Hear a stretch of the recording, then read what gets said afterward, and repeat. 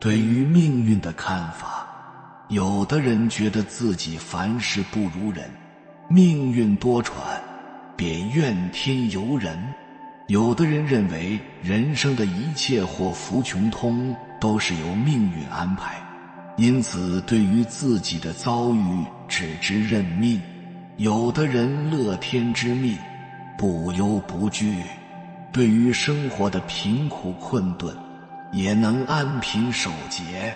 在生命的旅程中，可以影响我们命运的因素很多，如父母师长的期望、怨亲友敌的态度等。物质钱财的运用固然可以左右前途的发展，一句话，一个念头，也都会使人的一生有天壤之别的变化。佛教认为世间一切人事的离合成败，皆不离因缘果报的原则。由此推论，今生所遭遇到的一切顺意境界，是因过去行为的造作而形成的，这就是今生的果报。而今生的一言一行，又决定了自己未来的命运。所以我们的命运随着业力时时在改变，并非受制于一个特定的主宰者，主宰命运的人还是自己。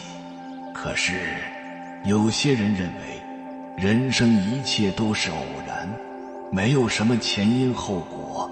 有人看见好人受恶报，恶人受善报，便怀疑因果。有人说死了变了，如果一死变了，人生就没有价值，学佛修行就无意义，而一贯作恶的人就太便宜了。归根到底都是由于不懂因果贯通三世的道理。佛经说得好，欲知前世因，今生受者是；欲知来世果，今生做者是。这说明我们今生所受的善恶果报，都是自己前世所种的业因。比如今生病苦多，那肯定是过去生中杀业太重，而今生所作所为，又该来世去受果报。种下业因，必受果报，但有早迟的不同。大体上有三种情况：一、先报，今生做善事，今生享福报；今生做恶事，今生受恶报。例如四川日报登载一件事情，万县是一个公司的副经理，平时爱帮别人的忙，几次跳下水救人。一天他坐出租车办事返家，经过一条路，平时常堵车，今天却很顺利地通过了。到了江边，听说有小孩掉进水里了，他立即停车，跳入水中，抓起这个女孩。原来到竟是他的亲生女儿，觉得脚下还有人，抓起一看，是他的侄女。他把这两个女孩子都救上岸来，自己昏倒了。女孩的妈妈、婆婆闻讯赶来，看见小孩还活着，想感谢救命恩人，回头一看，竟是他们的亲人。报纸这样评说：无巧不成书。佛教的观点来看，不是巧合，而是受业力的支配。因为他平时多种善因，所以就遇善缘，缘指条件、机遇等，善因与善缘结合，便产生善报。另外一个例子，新民晚报登载的江苏某县一个中年妇女同一个男子走到江边，听见有人喊救命，男子准备去救人，而这个妇女竟说：“少管闲事，我们走路要紧。”过一会他会自己扶起来。旁边一人生气地说：“这女人的心肠太坏了。”后来那位男子还是去把人救了起来，是一个13岁的初中女生，骑自行车掉入水中，因落水时间过长，已经死了。这女生是谁？原来是那位妇女的亲生女儿。围观的人都说，这真是现眼现报，这是恶业的支配。平时种的恶因，必然招来恶报。生报，今生做善，作恶，来生享福。受苦，父母积阴德，子孙享福报，也属于这类。用同仁堂的例子来说明，同仁堂有200多年的历史，他的祖先信佛，求功名不成，便想做济世活人的事，就开中药店，很认真做药品。一种中成药需要高温后的黄金做原料，他把家中妇女的金首饰集中起来用。亲友笑他：“像你这样做生意，本钱都要蚀光，你就在广告上写出用有黄金就行了，买主又看不见。”他却说：“我们每做一件事情都在种因，种了善因，不会得恶报，仍坚持用了黄金。果然，这种药品疗效很好，生意兴隆。他家200多年来，又发财又发人。解放后，公私合营，最后一任老板叫乐松生，把全部生产资料无保留地交给国家，被任命为北京市副市长。同仁堂总号主要负责人仍然是他的亲属，他还把秘方全部捐出来。家人劝他要留一点做后路，他不同意，说政府的力量大，可以救济成千上万的人，这就是种善因，自然会得好报。结果政府给他分红，经济上也有很好的收益。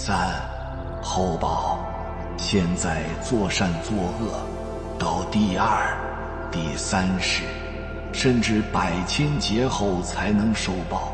例如唐代悟达国师，四川人，年轻时出家，一次在长安一个寺庙挂单，当时一位僧人害病，身体很臭，许多人都感到厌恶，他却去护理。那位僧人病愈，分手时对他说：“你以后有什么灾难，可以到四川彭县一个山上来找我。”后来他当了国师，外国进贡沉香木椅，皇帝都不敢用，供养给悟达国师，他便产生自满放松羞耻，马上就遭到恶报，生了一个人面疮，很痛苦。于是他去彭县找那个僧人，僧人说：“你几百年前在汉朝曾种下一个恶因，现在才受报。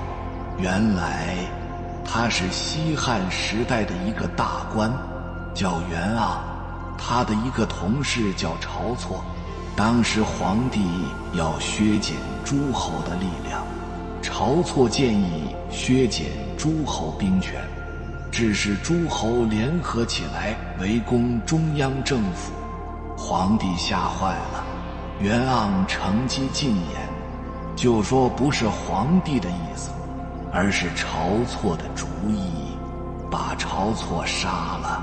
晁的冤魂一直想报复，可是袁死后下一世出家，10世都是高僧，晁无机会报复。直到袁当了国师，坐上沉香木椅而骄傲时，他的修行一退转，护法神便离开了。这样晁错才找到了报复机会。这时悟达国师找到了彭县这位高僧，把他的冤业解了才得救。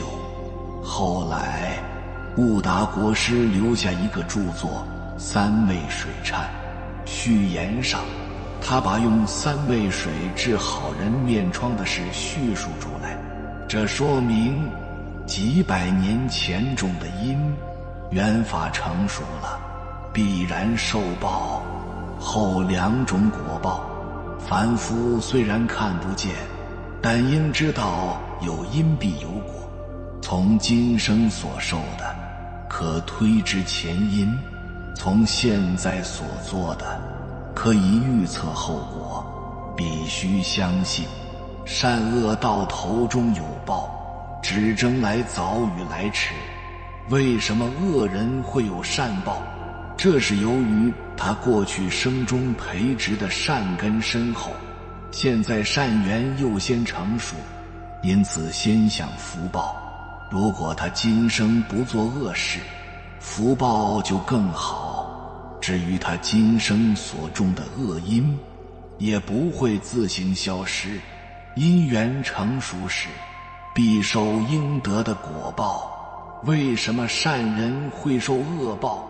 这是由于他过去生中所造的罪业深重，现在恶缘先成熟，所以先受恶报。这好似果园里种了几批水果，第一批品种虽然不好，但先成熟，当然先结果，先受报。第二批虽是两种，但后成熟，还没有结果，自然以后才受报。如果他今生不行善，恶报会更重。另一方面，他今生所种的善因也没有白种，将来必受相应的福报。易经的天人感应，儒家天道等诸多思想为一炉，又与道家的天报观交融，最终使佛教形成了独具特色的因果论。因果论是佛教的基础理论，也是佛法的核心所在。这一点在佛教的经典中都有提及，比如《无量寿经》中曰：深信因果，读诵大成。涅盘经云：善恶之报，如影随形。三世因果，循环不失。菩萨为因，众生为果，等等数不胜数。认为人们所做的每一件事，所说的每一句话，乃至所起的每一个念头，都有它内在的必然联系。凡事有因，必然有果。种什么因，收什么果。积善之家，必有余庆；及不善之家，必有余殃。其所由来者见矣，由变之不早变也。一、善有善报，恶有恶报。我们在日常中发生的具有因果关系的两件事，它必定会一件先发生，一件后发生。因果关系认为，人的不同的思维、语言和行为会带来相应的后果，这种后果反馈到人的身上，又会造成相应的影响。不同的前因会造成不同的后果，同时也为了自己的美好未来，立志于多做好事，以便涅槃离世的时候有一个好的归宿。关于因果理论的核心观点叫做业力。业力的意思是指人的行为造成的结果，这里也可以包括动物和自然界的一切事物，都可以用业力的概念予以解释。金刚经有所有一切众生之类，若卵生，若胎生，若湿生，若化生，若有色，若无色，若有想，若无想，若非有想，非无想，我皆令入无于涅槃而灭度之的话语。其中的若无想指的就是自然界的一切事物。业力的范围不仅指人的行为，还包括人的思维和语言。也就是说，在日常生活中，不但人的行为会造成结果，人的思想活动和说出来的话，写出来的字，也可以产生相应的结果。所有这些都称之为业力。业力是人作用于自然、社会和周围的实在的效果，恰好不是虚空的东西。佛教说的空，是指人和事物的性质为空，终极为空。日常所见的物质和事件表现为不固定的状态，而人与事件行动和流动的过程则是实在的。只要人和事物保持存在的状态，其行为结果就会发生作用。如何解释业力的形成、传导及其作用呢？简单的说，就是一个人一旦动念、动口、动手、即身口意，就会造成一定的结果，并在人的记忆和社会行为中被记录下来。这些记录及其结果，有的是当时发生作用，有的是后来发生作用，总之是要被记录、被传导，迟早都会发生作用的。业力具有能动性，无论是一个人、一个群体，还是连续的人、连续的群体，随着人的活动的延续，业力总是要获得连续的传导和对后来的人、后来的事发挥出应有的作用。如果承认来世，关于业力传导的动力问题就容易理解了。随着人在来世的转化，业力自然就传导了下来。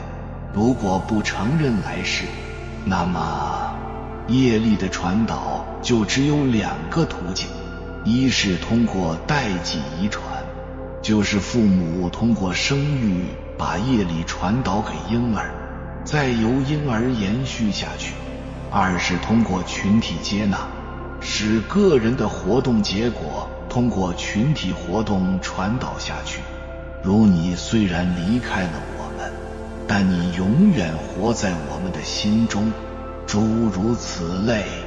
世上的伟大人物通过个人的业绩和影响传导业力，普通人也可以通过家族和子女的活动传导业力。总之，从人类活动的延续性上说，无论有无来世，业力的传导还是有一定的事实依据的。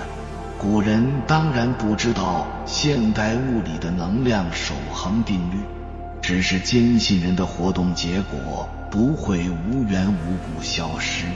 从这个层面上说，以业力传导为中心的因果论是有一定的现实和逻辑基础的。佛教后来创造出了六道轮回的理论，以及西方极乐世界的诱惑和18层地狱的刑罚。因果论是观察人们的实际生活得出的观点，有一定的现实基础，承认它在人类历史上的知识建树是非常必要的，也是对先贤圣人的充分尊重。上帝让善人成为善人，也就是对善人的最高奖赏。事物之间存在着内在必然的联系，这叫做客观规律。任何事物的产生和发展都有一个原因和结果，一种事物产生的原因必定是另一种事物发展的结果，一种事物发展的结果也必定是另一种事物产生的原因。原因和结果是不断循环，永无休止的。所谓因果，因是能造作产生一定后果的原因，果就是由一定原因产生的结果。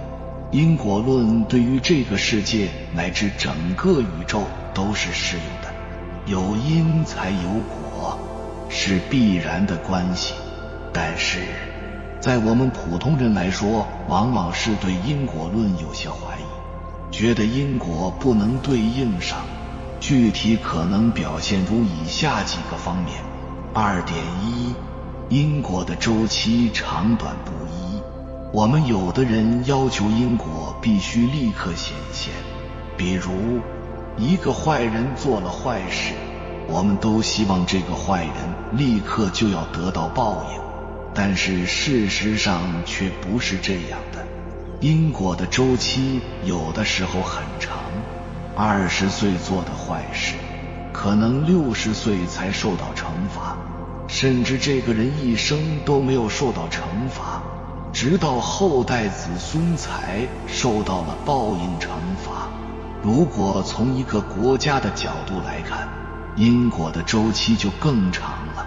从清朝的闭关锁国开始，因就种下了，大约200年后，鸦片战争的果才出现。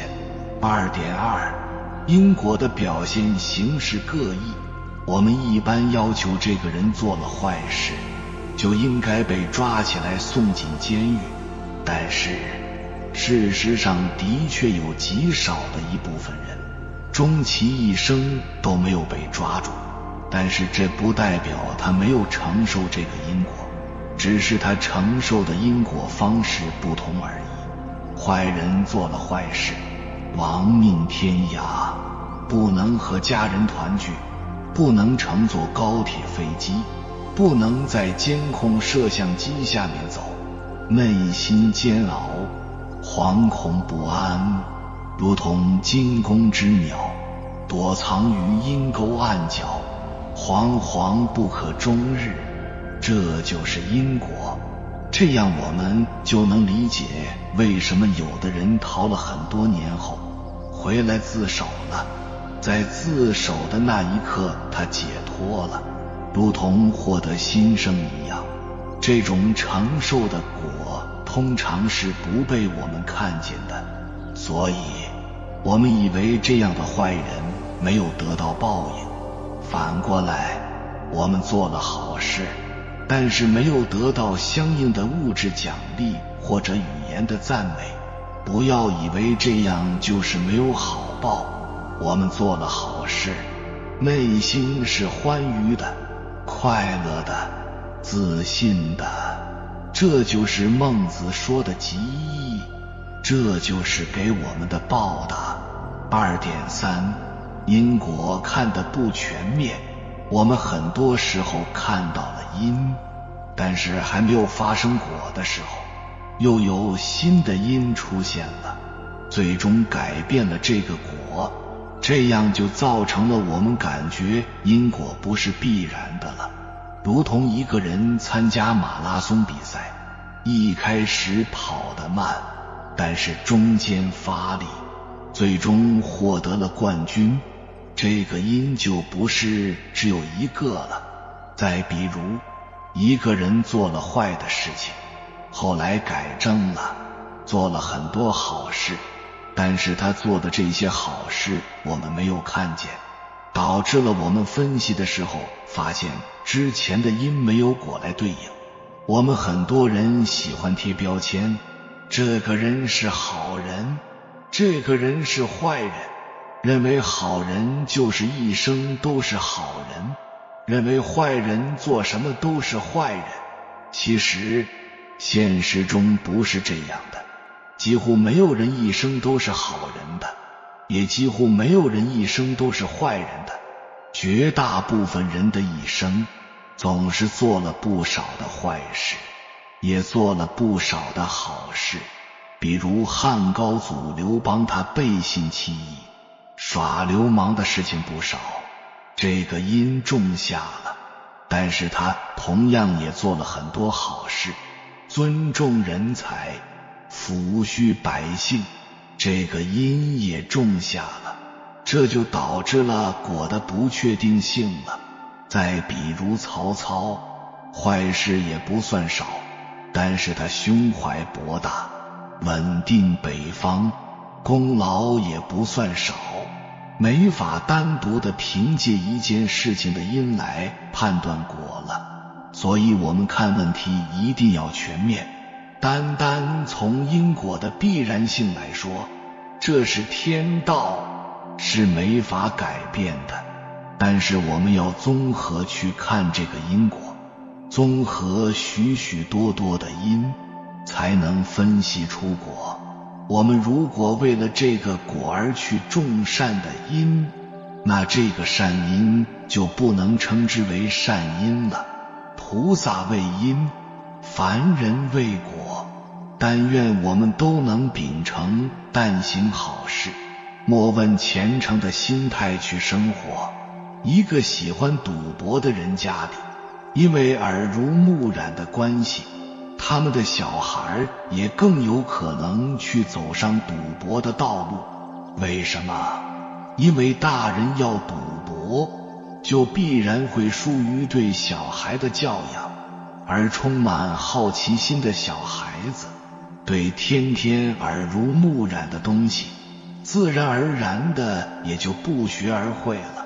久而久之，赌博成了瘾的人，还能培养好下一代吗？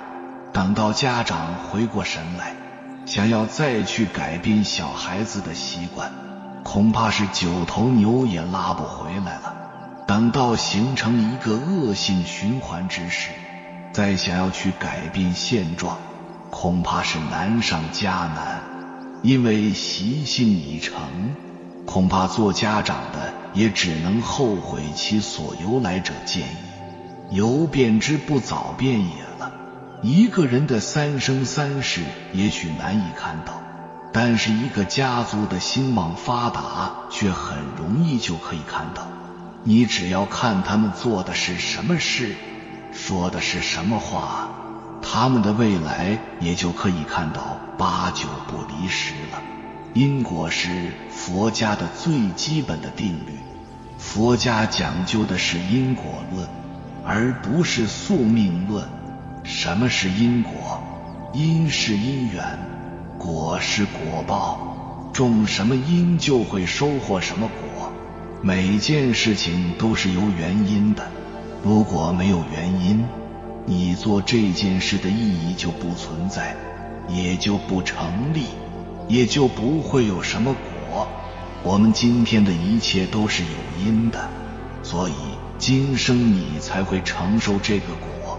世间最公平的地方就是有因果，世俗中无论是谁都无法天理循环，因果报应，谁都无法在因果中得到特殊的宽待。3. 祸福无门，为人自照，种什么因，得什么果。因果论源自缘起性空的道理，已作不失，未作不得。这句话揭示了因果论的特点，任何的思想行为必然会导致相应的结果。因果不管你相不相信，它确实是存在的，它就像是空气一样，充满整个宇宙中，无时无刻不是公平地执行着对人间善恶的法赏。一个人可以不怕鬼神，不怕生死，但不能不怕业报，不能不畏惧因果。因果观念和人的生活最为密切，所以我们对因果一定要有一个正确的认识。因果业报永远都不会消失。一个人造了善恶业因，不管时间的长短，只要因缘成熟了，就必定会承受果报。因此因果报应又被分为前生、今生和来生。今生也被称为现世报，世间的诸法的形成，因是能生，果为所生。这种因果关系最浅显的表现就是种瓜得瓜，种豆得豆的法则，连植物都无法逃离因果的定论，非植物的一切生物更是如此。如是因，感是果，因果循环的业报思想已经深入人心，远远超出了法律对于人类的束缚。用当下比较流行的一句好来说，就是善恶终有报，天道好轮回，不信抬头看，苍天饶过谁。这就很好地阐述了佛教的因果论。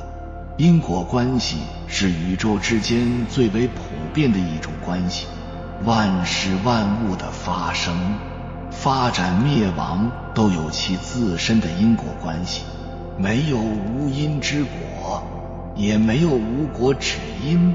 有因一定有果，因是原因，包括因和缘两个关系。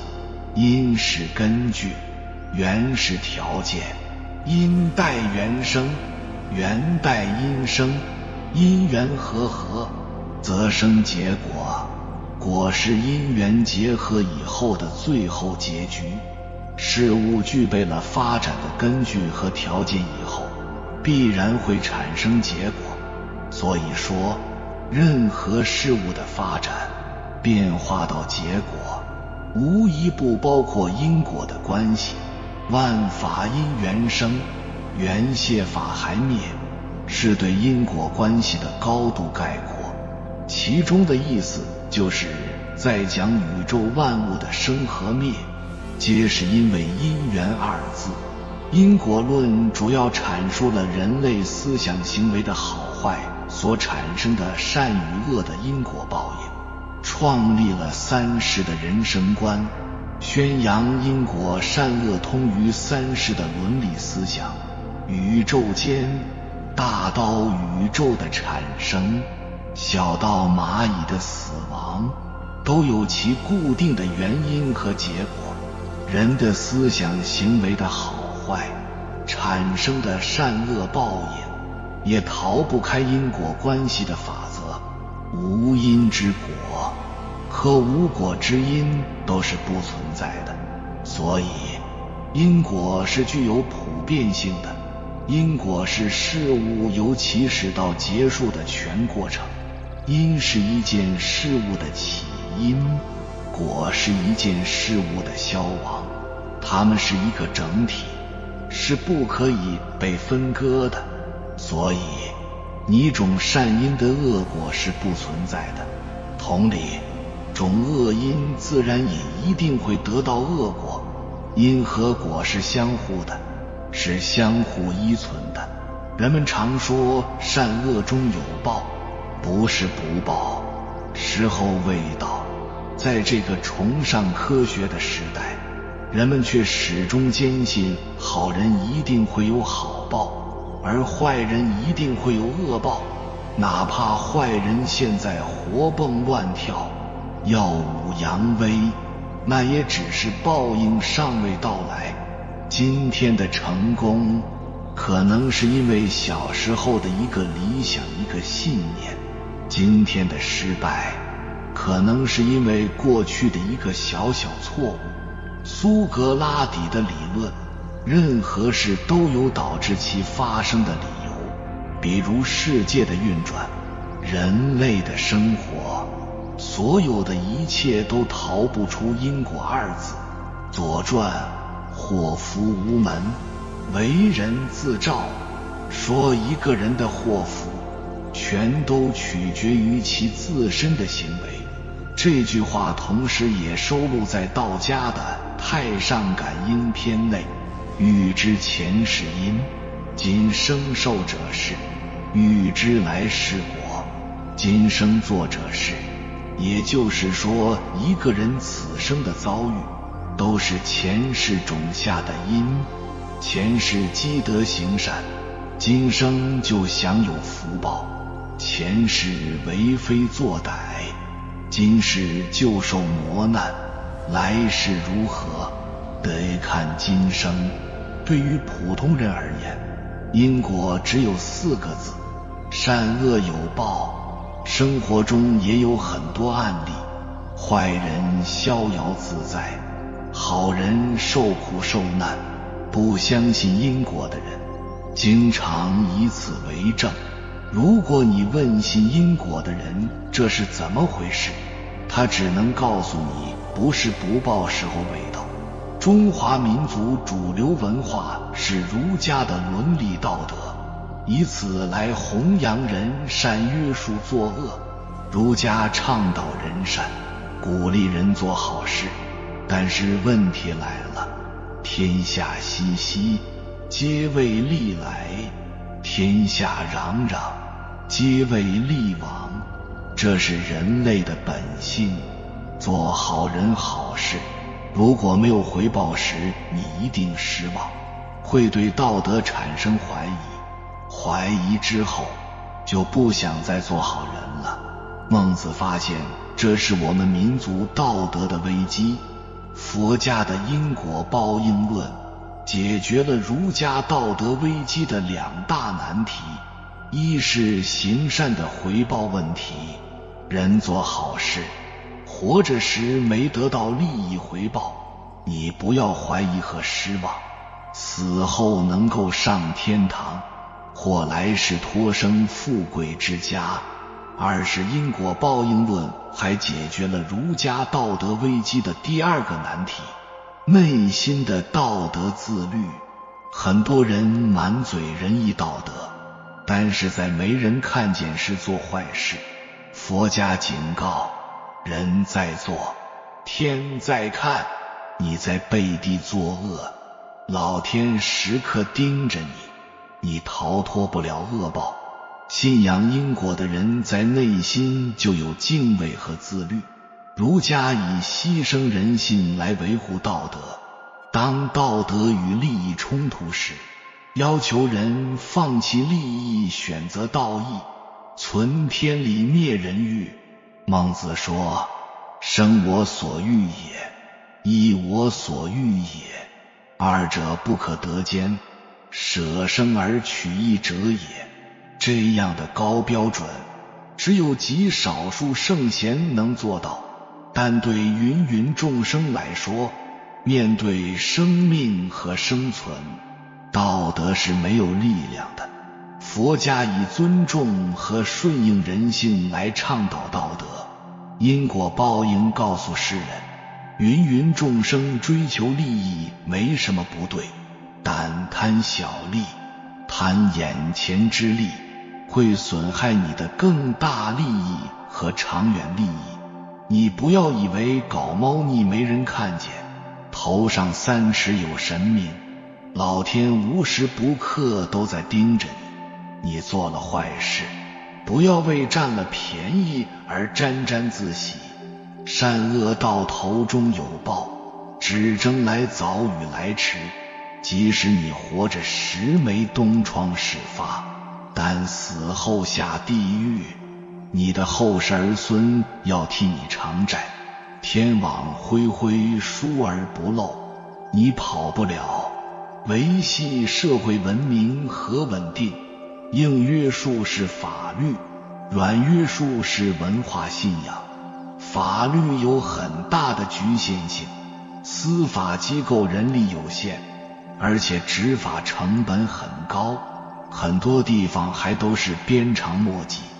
而信仰因果论则靠内心自律，你敬畏因果，相信行善或作恶时，老天的眼睛在盯着你，因此人们发自内心的做好人好事，即使没人看见也不敢作恶，甚至刚起了恶念就下回去了。人人都信因果，是大智之道也；人人不信因果，是大乱之道也。因为当今很多人不信因果，认为是唯心主义，所以做坏事肆无忌惮，没有这份敬畏和惭愧心。不信因果，大乱之道。信仰因果后，有些曾经搞假冒伪劣的老板立刻改弦更张，有些因利益纠纷导致家庭关系紧张的，转变为孝敬父母、友爱兄弟；有些只管门前雪的人，热心参加公益团体，甚至自己失业了，还挤出生活费捐赠，拯救社会道德溃败。因果论立竿见影，你可以不信宗教，但万万不可不信因果。即使因果不存在，我们也要依旧相信善恶有报，因为这是一种信念。人们都相信善的力量，世界才会变得越来越好。有缘人，感谢你看到最后。如果今天的影片对你有所帮助，请按个赞给我响应，回复一句众善因得善果，我祝你福慧双增，功德圆满。还没有订阅频道的，请点击右侧的订阅按钮，与我们建立更深的连接，随缘加入会员，与同频之人共修福报，随喜转发，传播善知识，功德无量。